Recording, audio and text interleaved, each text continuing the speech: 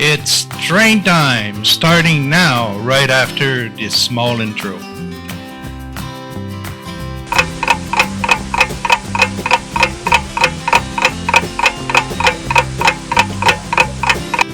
In compliance with COPA, this video is not for children under the age of 14. Viewer discretion is advised.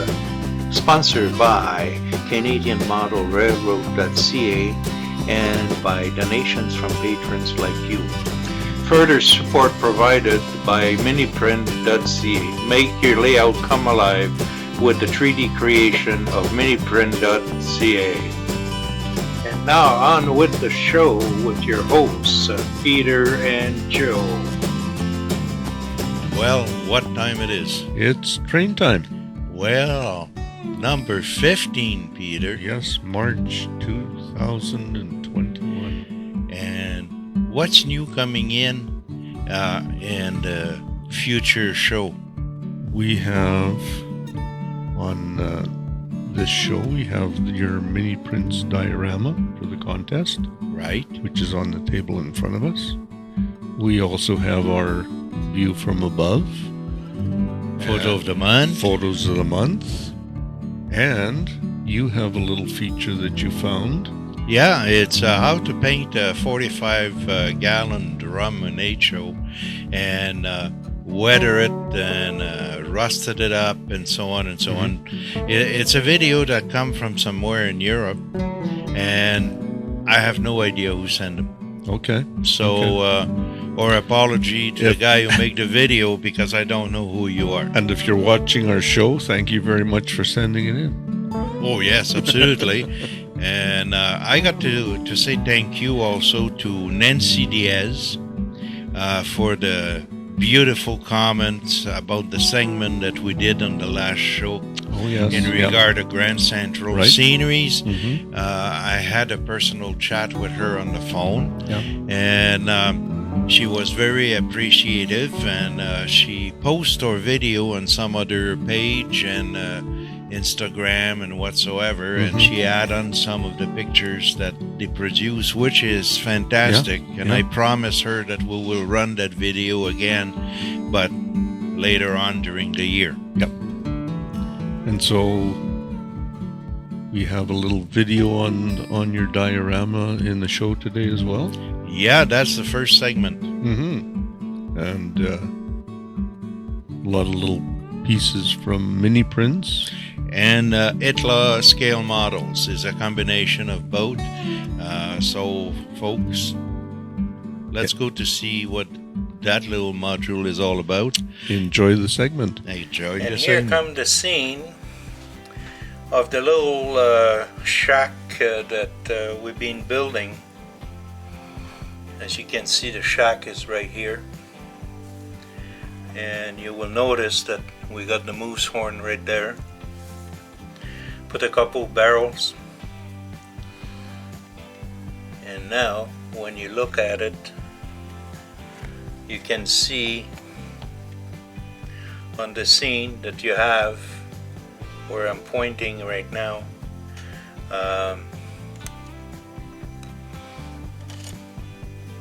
right in here, the two bucks, elks, you got the dogs, and you got the two hunters. Now you got the owner in here on his strike, the one who owned that shed. It's a private property, as it says on the sign. It says on one of them, private property, no trespassing, and the other one says private property, no hunting. So the scene is built on a extruded foam, the blue one. I put some landscape or some height on the module there, and we got some pine trees, and we got some deciduous.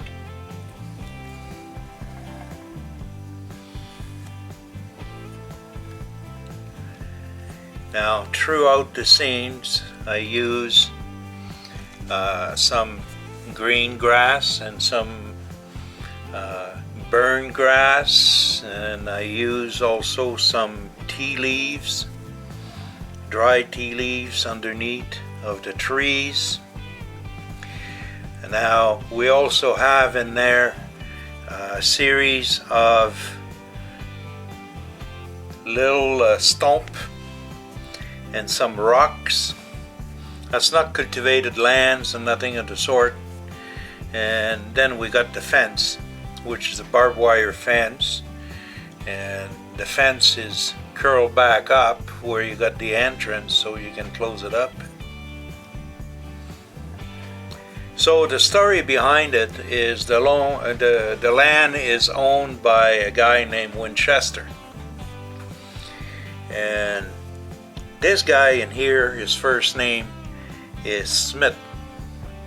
His brother in there is Wesson, and their family name is Gluck, Smith and Wesson Gluck, and their dog is called Ruger, and they decide to go hunting. That's the story behind the little shed in there. That little module is the module that the photograph would be sent to mini print. If you ever want to see a lot of 3D print of accessories like this, animals, peoples, quads, is new stuff every week. You just go to their webpage at www.miniprint.ca. The shed is from Itla, and their webpage is www.itlascalemodels.com. So that's what complete that scene. It took probably about to build the scene maybe about 4 hours. The paintings of the people and the animals were somewhere around an hour and a half. The building itself, it took probably a couple hours if you take all the times in betweens.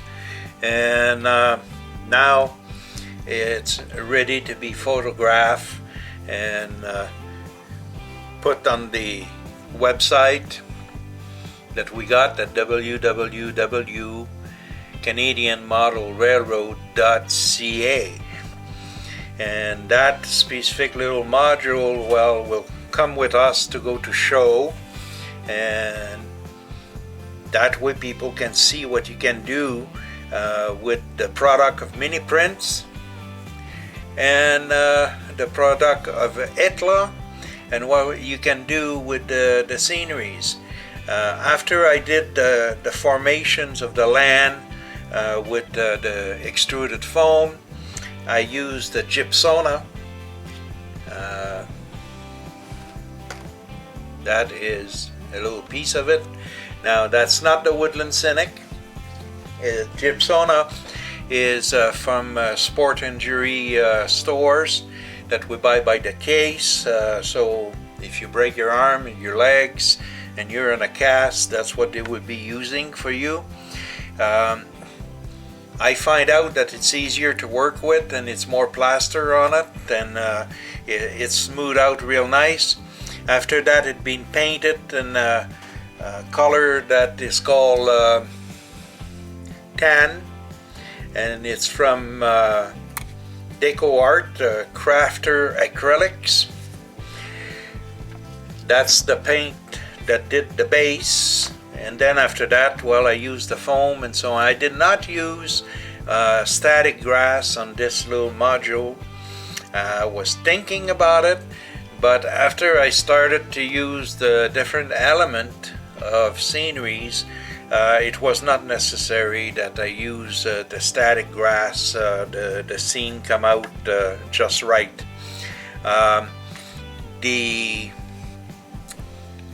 pine trees that you see, or the spruce there, they are from Philippines, and they're made from coconuts and so on, and that's how those trees been built. Unfortunately, I cannot get them on the market anymore. Now the little bushes in here that you see, and the little trees like those one here, that one, this one, this one, those are from a weed that we harvest in the fall in the surrounding of where I am. It's called goldenrod, being dried up and then painted, and we put some foam and some leaves on it with hairspray, the cheapest hairspray that you can find.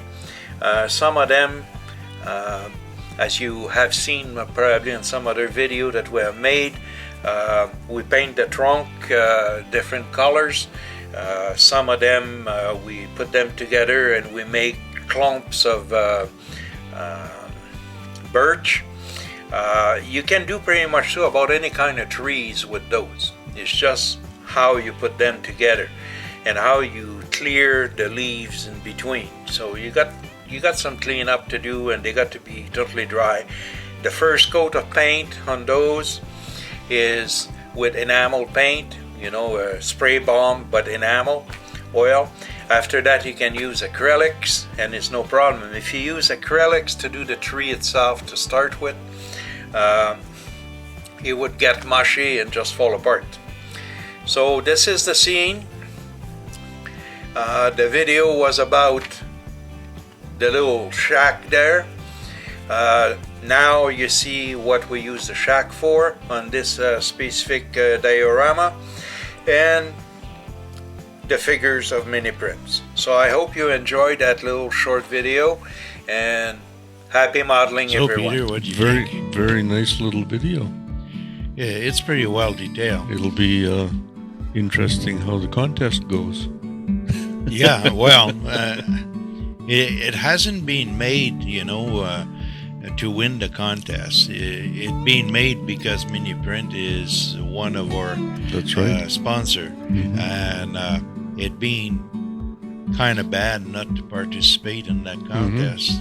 Yeah, no, But at the same time, excuse me, it can show the viewer what you can do, yeah, because this idea in here, you can apply that even when you make your own layout. Yep. You prepare the scene that you want to do, and suddenly you take it and you put it exactly where it belongs on the layout, and by the time you did the seams and so on, nobody will know any different. It'll blend right into whatever you're doing. Yeah. So And this little thing, now that we have it, when we go to shows, we can take this little diorama with us as a demo for how to do some sceneries. well, it will follow. Yeah. There's no doubt about it. It will follow. My intent is not really to demolish this little module. It's not a big thing. It's probably 9" by 9" or 8" by 8". Almost fitted in your jacket pocket. Pretty darn near, if it wasn't for the trees. But I find out the painting on the figures was a lot of fun, because I got the tendency on any of those to kind of prime them first, and I find it easier after that to build up the paint, from one color to another, and so on and so on. And those mini print, when you start to paint them, you don't go with big paint on it. It's basically a wash all the time.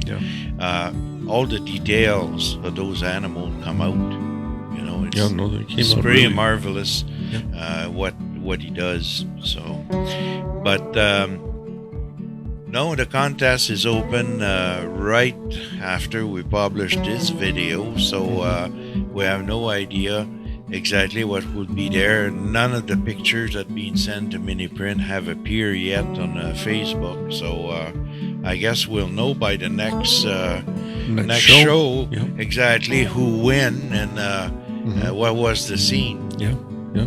Because the idea that he's got, he got in touch with Itla and said, okay, we'll put one of the kit of Itla and my minifigures and make a contest out of it. So technically it's advertisement for two companies. Yeah. Yeah. Other than that,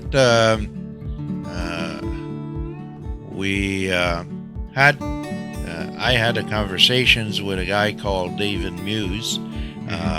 He's from Washington, D.C., and he's got the Model Railroad Engineering page on Facebook, so that we can at that point start to crisscross posting in between our pages, and also start to feature some of the people that post on each side.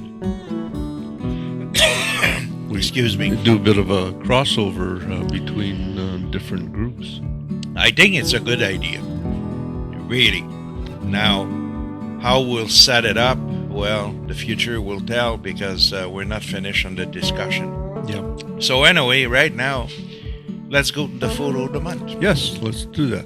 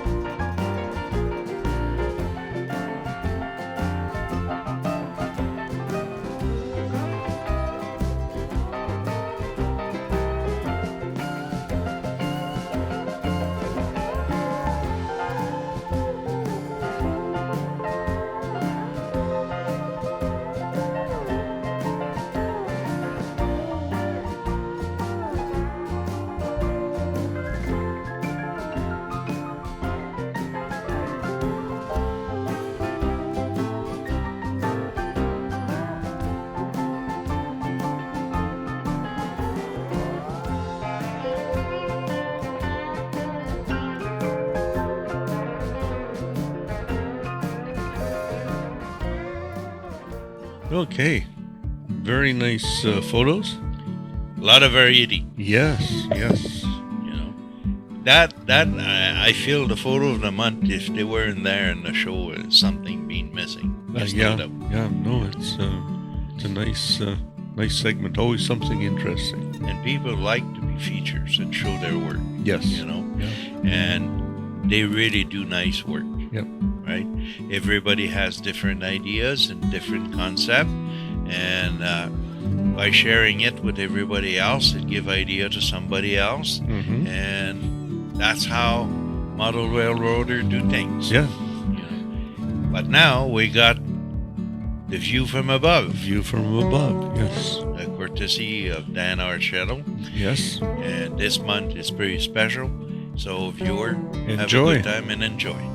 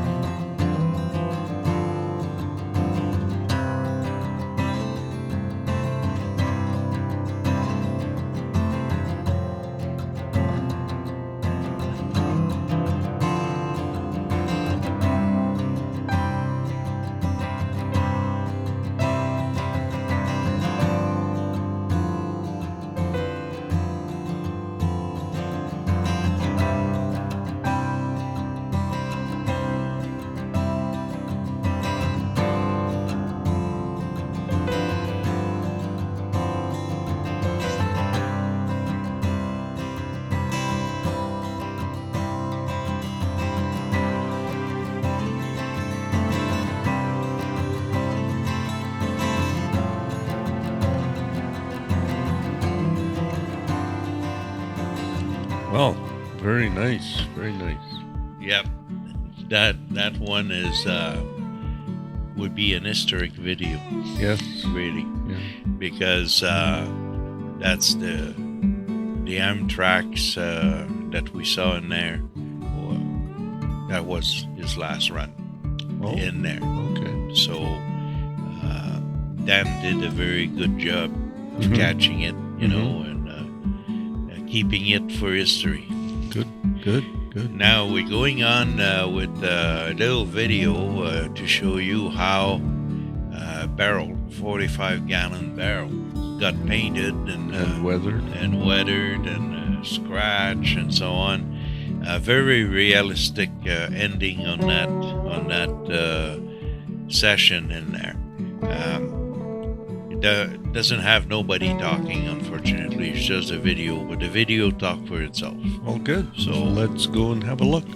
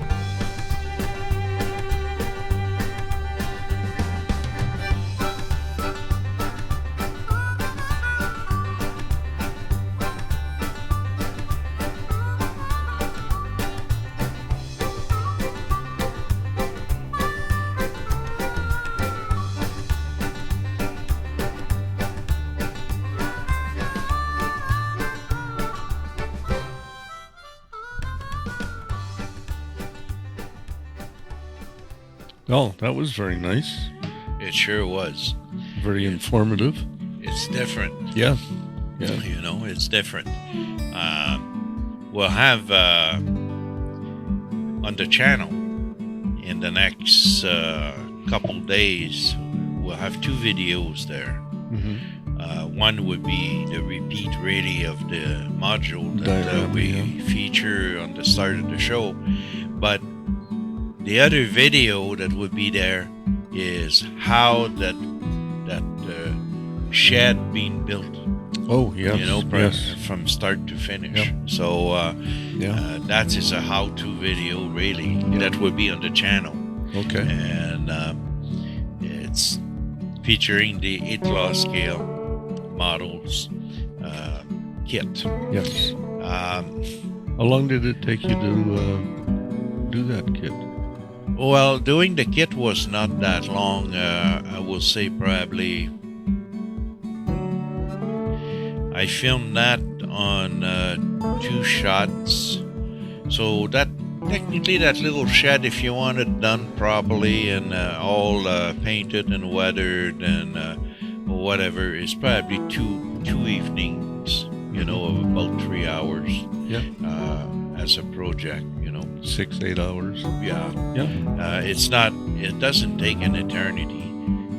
Because when you look at it and you start, example, to paint the figures and so on, those took about an hour and a half, but you can spend 2-3 evening, you know, of 3 or 4 hours painting, or till your eyes go cross-eyed. go wonky. Yeah. So Hey, at least you're HO, not N scale. N scale, I don't think I could do anything with that. Well, you can, but not the detail that you can do in HO. At least that's what I find. Though now the N scale models that coming out nowadays are very, very detailed. Oh yeah. You know, they come in with all those details on it, way better than if you look at models that were sold about 10 years ago. Mhm. You know? Yeah. Technology nowadays allow manufacturer to be able to do that. But on the other hand, what also have allowed to have details that was never there before is the 3D printing. Yes. You know, more and more and more now you got people who do 3D printing at home. The problem I find with 3D printing is you have to learn to use AutoCADs to be able to draw in 3D, right? Yeah. And from there, bringing it to the process, you know, for preparing them to print and then print them in 3D.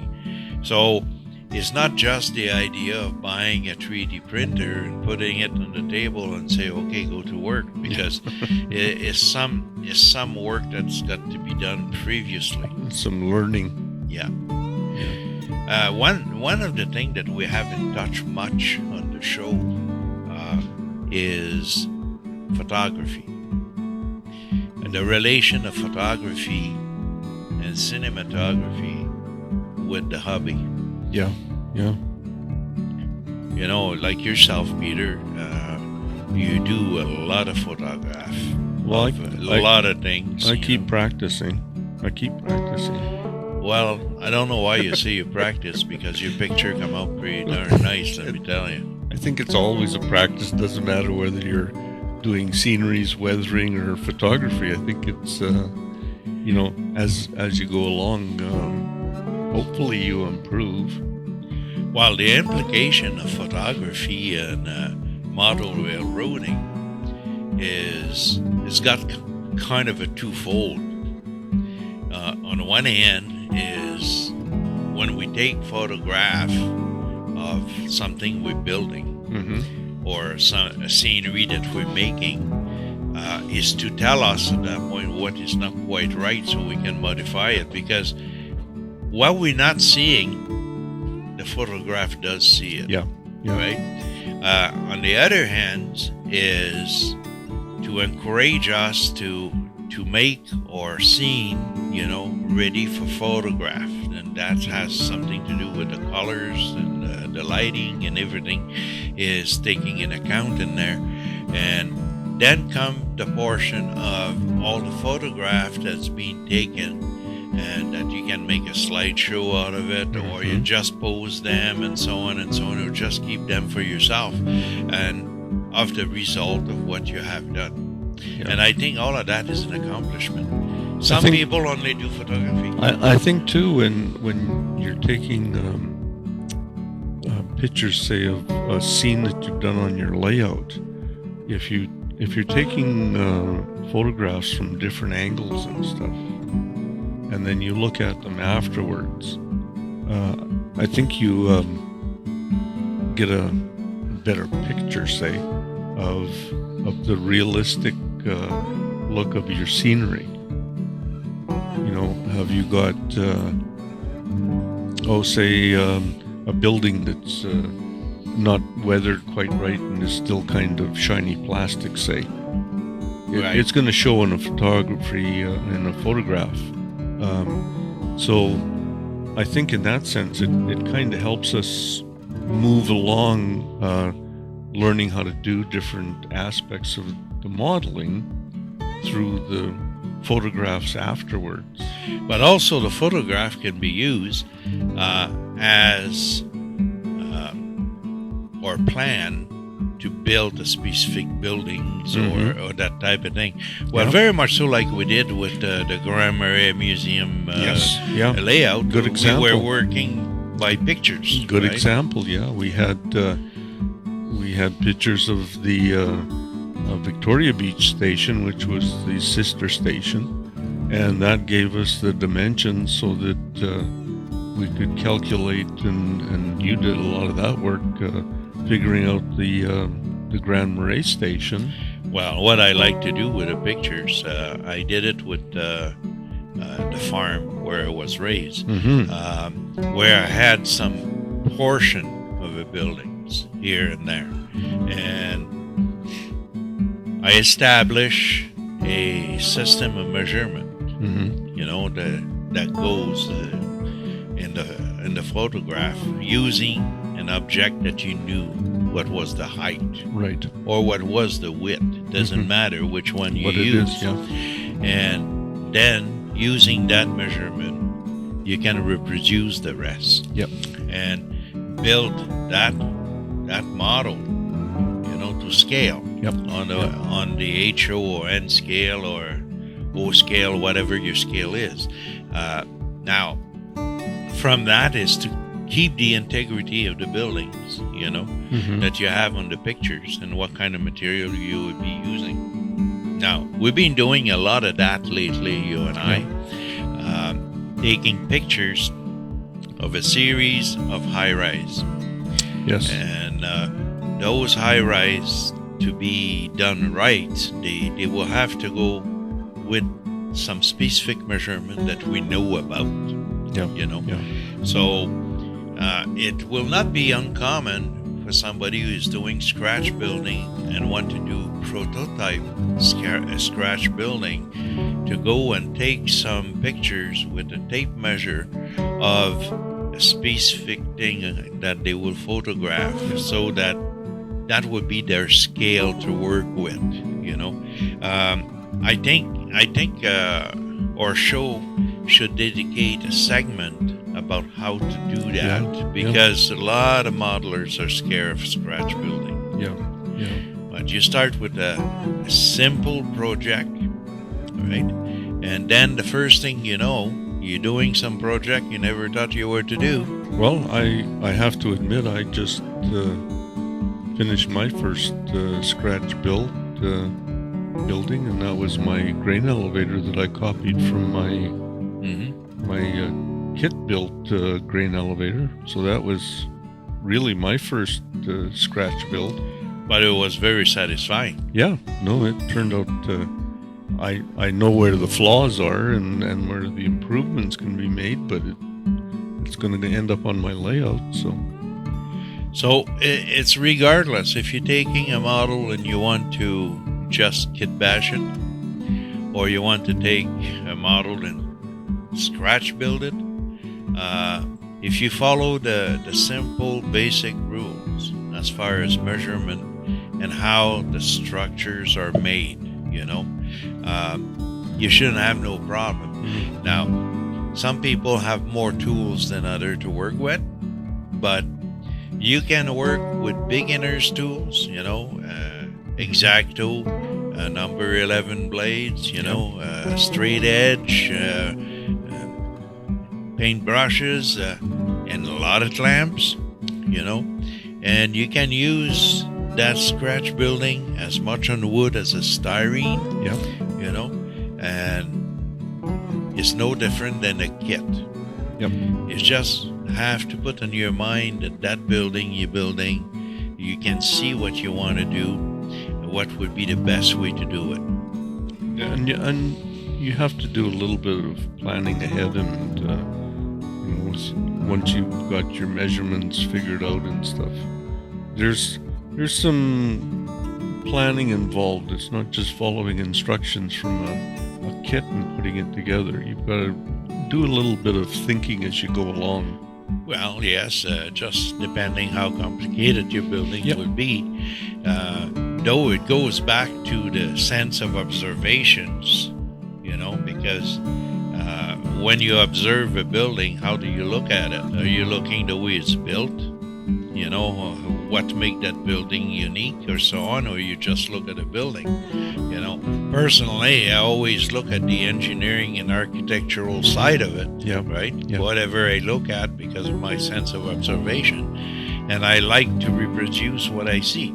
And there again, you go back to the photography. If you're looking at that building and take enough photographs, you don't have to try and remember everything. You've got it in a photographic library where you can go back and refer to it. That's right. And you're doing one side of a building, you bring the photograph that you have at that side of the building, which might be 1, 2, or 3 pictures. And then while you're on another side of the building, you do the same thing. And first thing you know, you're very accurate, or very close to be accurate to the prototype. Yeah, absolutely. So, fellow, I hope you enjoyed the show. Our time is up for this month. We encourage you to subscribe and comment below, and hope to see you on our next show. Next time around.